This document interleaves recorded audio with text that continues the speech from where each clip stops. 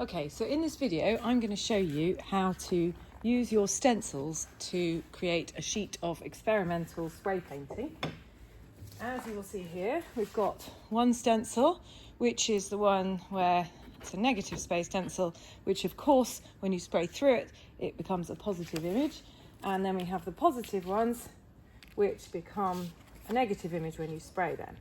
So we will be able to make something really great. What we also need is a little bit of blue tack, because I've stuck blue tack on here. Just need one piece really, because you'll find that when you're spraying it is a little windy, and the wind from the spray can can actually knock your letters out of their positions. Okay, so let us start here. Put this down here. And what I want you to do is to limit yourself to 3 colours really, otherwise it doesn't look very coordinated. This E has a tendency to flip up a bit, so I'm just going to bend it. And we'll do our first one, we'll just do one colour. I've got some dark green here. And what I want you to do, you need to shake it a little bit, but don't go mad. Stay quite close to the letters.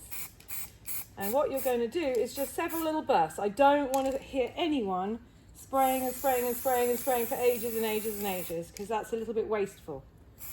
And if you want a really crisp edge, you need to make sure it's really close to the paper. Okay? So that's our first one. We're just going to wait for that to dry a little bit, because if I start touching it now, I risk sort of smudging everything. And even that looks quite nice, just like that, because you've got the darker different kind of paper that the letters were cut out of, and it's somehow capturing the ink differently to the background. So that's quite interesting. Anyway, we're going to need these again. So in a minute, we will move them to the next location. So I'm going to alternate these. And I think we will do a little bit of red. No, what's this? Yeah, red.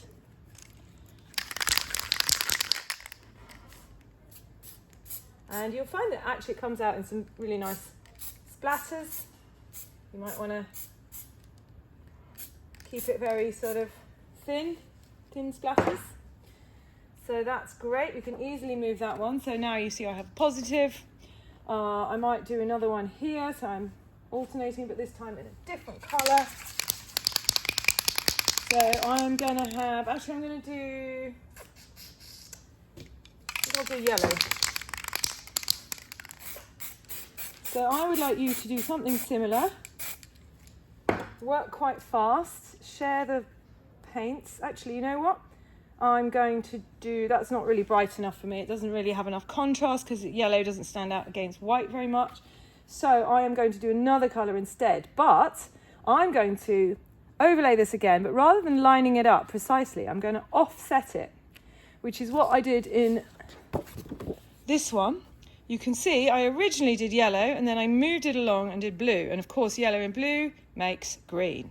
So you get this really nice offset effect where you actually end up having 3 colours, not just 2. So I would definitely like you to try that method, offsetting. So I'm going to do it now. So I've got yellow underneath. Let's do blue then. So I'm actually going to end up using more than 3 colours. And I'm going to go like this. You might want to hold it down. You can kind of see the yellow underneath. See, the closer you are, the more paint goes onto the surface.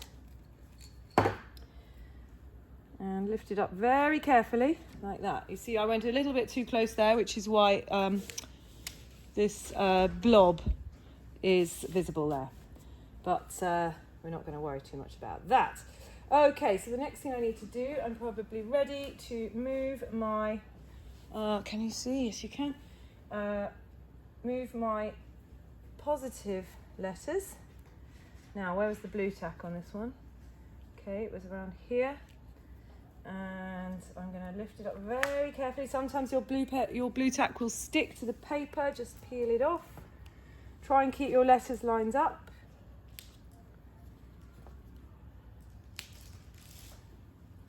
And what colour shall I do? I think I will do...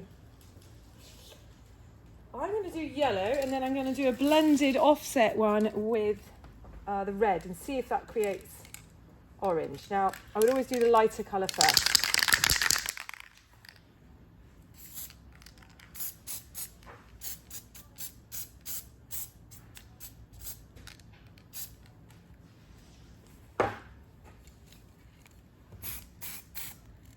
Forgot to offset it there, didn't I? So that's what I'm going to do now.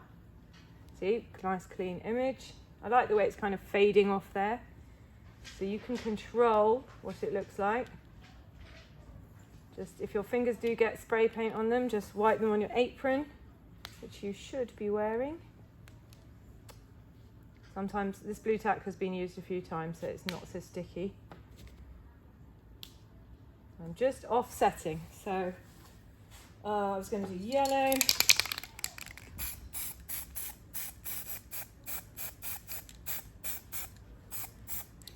And you can see that some of the red splattered onto this. So you obviously would need a spare piece of paper to use as a mask if you did not want to get any splatters from the next one. Okay? You're going to need a few pieces of paper when it gets full. Good. Do a few more. Let's put this over here now. How does that look? Quite fun, but it didn't really make orange as I had wondered if it would.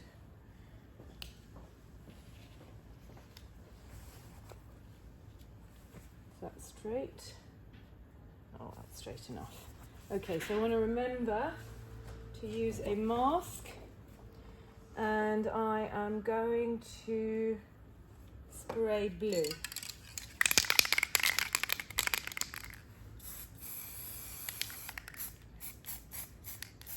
I'm not pressing very hard on the trigger.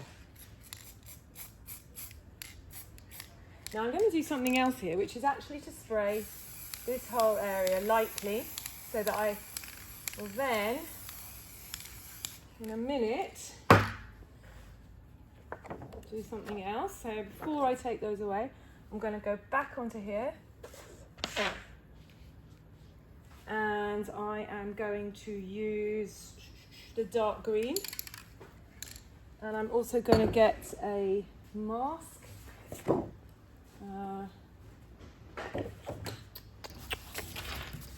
just to protect this one. I don't really want to risk putting it down, so I'm just going to hold it, shake it,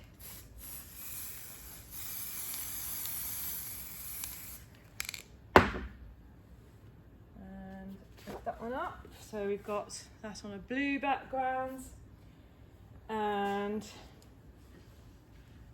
I'm going to lift these up now. Put them aside for a sec, have a little look at what's going on. And I might do, I think I want to do some more offsetting over here. So I think I'm going to do the stencil again. Put that there. I'm going to do, I've got quite a lot of blue going on up here, but I've got quite a lot of red here, so we need to sort of map out. I think I'm going to do some yellow. I haven't masked this very well.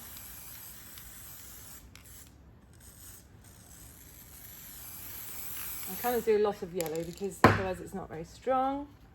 Then I'm going to offset it, so just slightly, not more than 1 centimetre out. And then I'm going to do some more dark green, I think.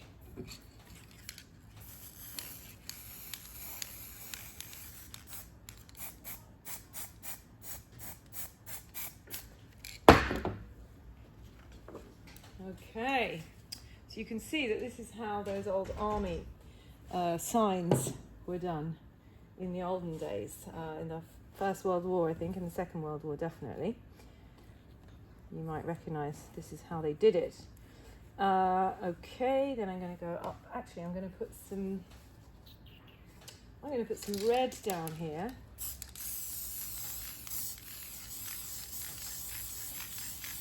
Notice how I'm moving my hand all the time so that it, because spreads evenly. Now I don't know if my blue tack will stick, so we just have to, I like to keep the blue tack near the top of the letter so that I can at least press when I'm putting it down. Ooh, that looks quite nice with the blue against it, doesn't it? Right, now I am going to, let's see if yellow goes on top of red. Oh yeah.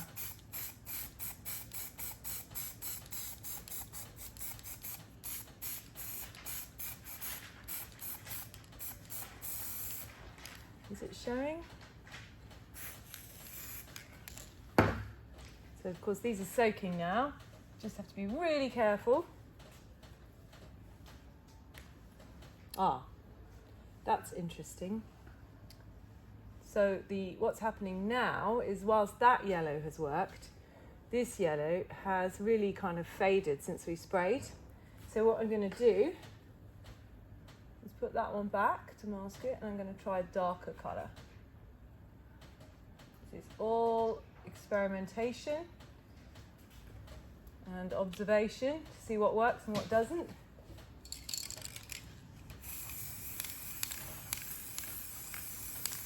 So the letters behind the blue should come out red or multicoloured.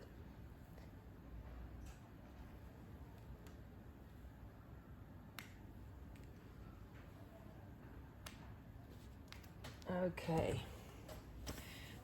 So we didn't do an offset on that one, but that's okay. So these are what I would like you to experiment with, of course. And there's, of course, nothing to stop you also using your painted letters and putting them onto your experimentation sheet and using your cutout stencil and trying it on different backgrounds. Okay? So you could collage a background and then put your stencil on top of it so that you can see your collage underneath. Have fun experimenting.